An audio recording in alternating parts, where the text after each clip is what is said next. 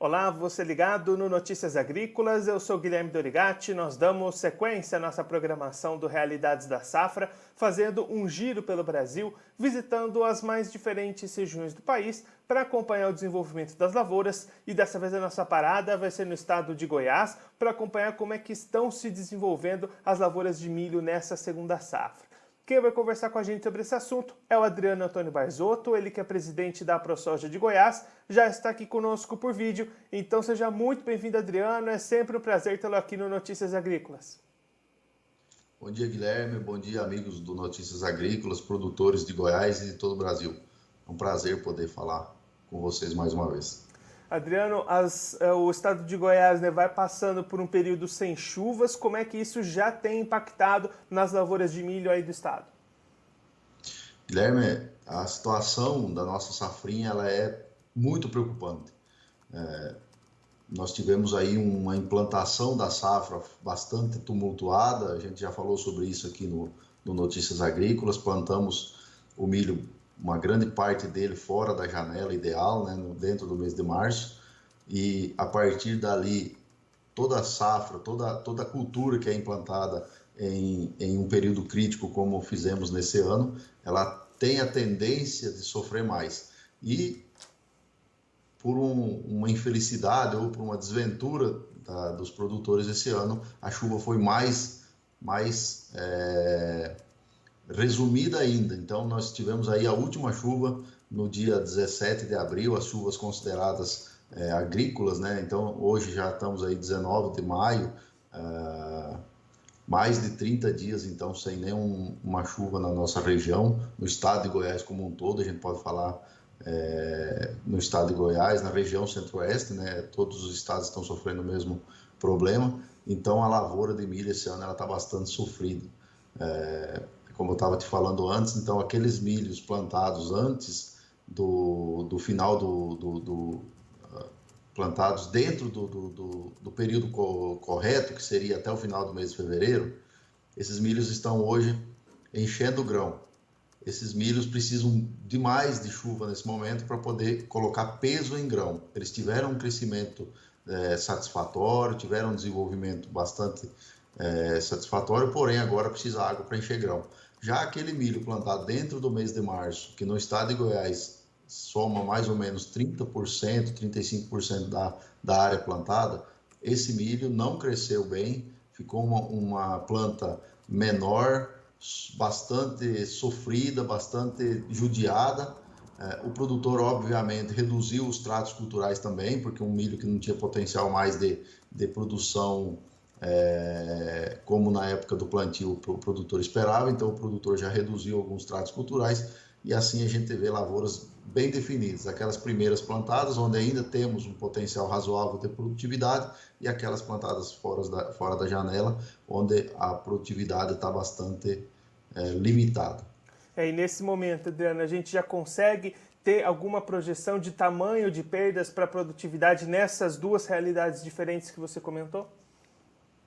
Aquele primeiro milho plantado no mês de fevereiro, o potencial produtivo a gente sempre imagina em torno de 120, 130 sacas. E acreditamos que esse milho, mesmo sofrendo, ele ainda tem um potencial de produzir ao redor de 100 sacas por hectare. Já o outro milho, plantado mais tarde, acreditamos aí numa perda em torno de 50%, 60%. Então, milho aí para 65, 70 sacas por hectare. Lavouras melhores em lugares com mais argila. Já lavouras com teor de argila menor ou então áreas de cascalho, esse milho aí já não tem nenhum potencial produtivo mais. Então, de uma maneira geral, o estado de Goiás, hoje a gente enxerga ele com um potencial de produção total em torno de 8 milhões de toneladas, 8,2 milhões de toneladas. Podemos até reduzir esse número mais à frente, em uma realidade nos outros anos aí acima de 10 milhões e meio de toneladas. Então veja só que já temos uma perda aí de 25 a 30% consolidada, podendo se estender a um número maior se as chuvas que prometem vir agora no final da semana, dia 22, 23, aí a gente tem uma previsãozinha, não se confirmar. E aí, Adriano, além dessas questões climáticas, como é que está a questão de pragas e doenças? Também tem esse tipo de problema aí no estado? Sempre tem. Lavoura, quando ela está numa dificuldade climática, seja de sol demais ou chuva demais, pragas e doenças é o prato cheio para elas. Então, hoje nós temos aí uma grande quantidade de lavouras muito atacadas por cigarrinha, e também lavouras que têm lagartas se desenvolvendo bastante, né, por conta da falta de chuva. Então, aquele milho que não tem tecnologia BT, ele está sofrendo bastante por falta da chuva para que a lagarta não ecloda ou então não se desenvolva. Então é realmente um ano desafiador, mais uma vez, na safrinha do estado de Goiás. Lembra muito o ano de 2016, tivemos um ano muito parecido. E aí, Adriano, olhando agora para as questões de mercado, como é que isso já tem impactado nos planejamentos de vendas dos produtores? Já tinha contratos fechados que estão em risco? Qual que é esse panorama da comercialização? A comercialização tanto foi na soja como foi no milho, uma dificuldade enorme para o produtor. Foram feitas comercialização em torno de 25 a 30% do milho a ser colhido da forma de pré-fixação no ano passado, né? Há bons preços na época, 35, 40 reais, algumas vendas em torno de 7 dólares, né? Que na época eram boas vendas. Hoje o milho está aí 80, 90 reais, e então houve esse descasamento mais uma vez. Houve na soja e está havendo o mesmo problema no milho. Com um agravante, o produtor na soja ele conseguiu colher bem, no milho não. Então, essa porcentagem que a gente estima aí de 25 a 30% de milho comercializado, numa condição normal de produtividade, se você colher menos, essa porcentagem vai subir. Então, a nossa preocupação é que por produzir menos, a nossa porcentagem comercializada na maneira pré-fixada vai aumentar e vai deixar o produtor aí numa situação difícil para fazer fechar suas contas, até porque tudo subiu de lá para cá. Na época, quando vendemos aqueles milhos de 35, 40 pré-fixado, vou te dar um exemplo, o óleo diesel estava R$3,20. Hoje nós estamos pagando óleo diesel de R$4,20, né? Um pneu subiu 20%, supermercado subiu também, então a situação para o produtor está difícil. Sem falar nos insumos, que esses aí também subiram em torno de 20 a 25%. Então, o produtor vai ter que fazer mágica aí para ele poder passar essa safra. Falando aí, Adriano, justamente dessa questão dos custos de insumos, como é que estão as movimentações para a próxima safra verão 21-22? O pessoal aí de Goiás já está se movimentando nesse sentido? Já,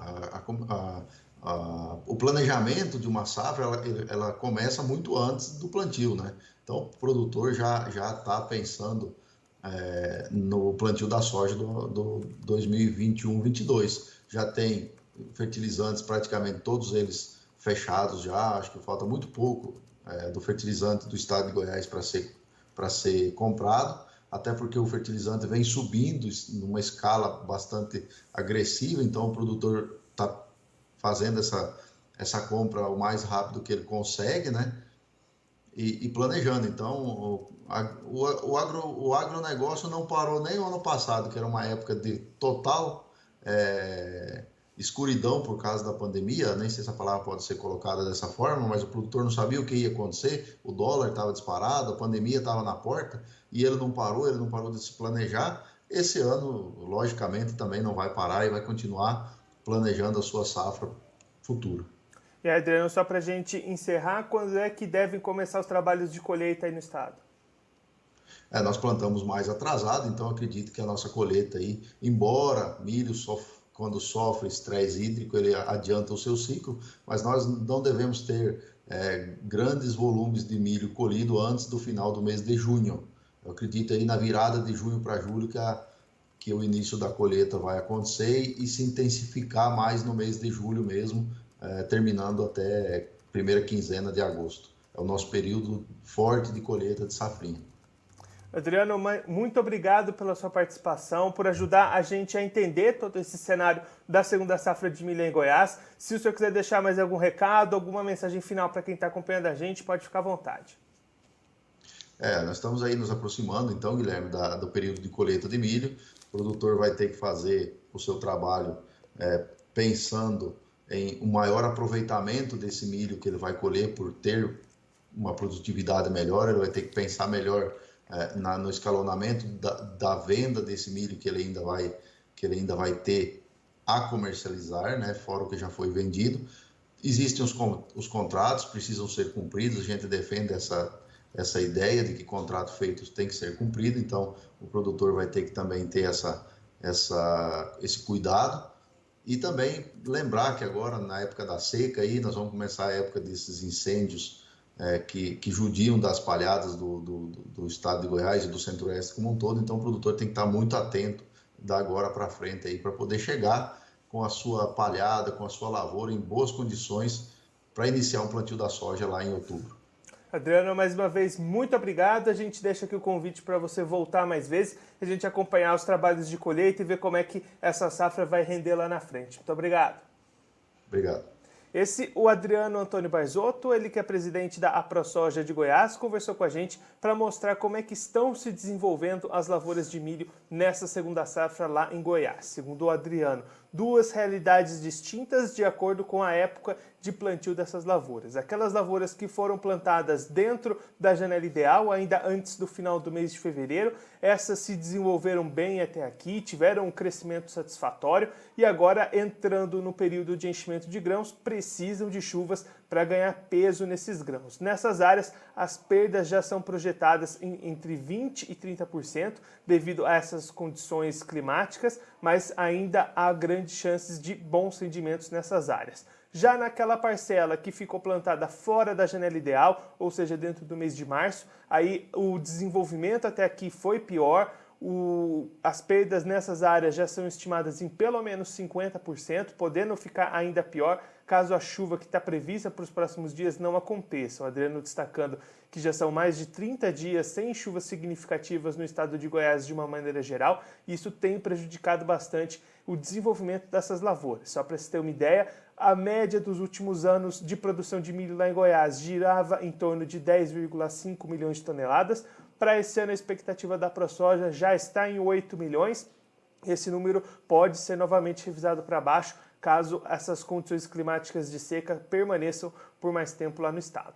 Diante de tudo isso, preocupação para o produtor, olhando também para o mercado. Adriano destacando que são cerca de 25%, 30% da safra negociada antecipadamente, com preços menores do que os atuais, mas bons para a época. E aí esse percentual de vendas de 30% é considerando uma produção normal. Se essa produção for menor, essa porcentagem de vendas antecipadas vai ficar maior, vai sobrar menos milho para o produtor conseguir se capitalizar nos preços maiores de hoje. Então essa também é uma preocupação para o produtor goiano que, em meio a tudo isso, já começou o planejamento para a próxima safra de soja 21-22, compra de insumos. Então, um momento bastante tumultuado, bastante turbulento para o produtor goiano, esperando chuva para os próximos dias para tentar dar uma amenizada nessa situação do milho lá em Goiás. Bom, eu fico por aqui, mas você que está acompanhando a gente pelo YouTube, aproveite para se inscrever no nosso canal, deixar o like no vídeo e também clicar no sininho que está aparecendo aqui embaixo para ativar as notificações e ficar por dentro de todas as novidades do Notícias Agrícolas. Por lá você também consegue interagir com a gente, mandar sua mensagem, a sua pergunta, como fez o Cleverson Woniak, ele que mandou o seu alô aqui para a gente, acompanhando a gente ao vivo pelo YouTube. Também siga a gente nas outras redes sociais, no Instagram, no Facebook e no Twitter. Eu fico por aqui, mas a nossa programação continua, então fique ligado no Notícias Agrícolas.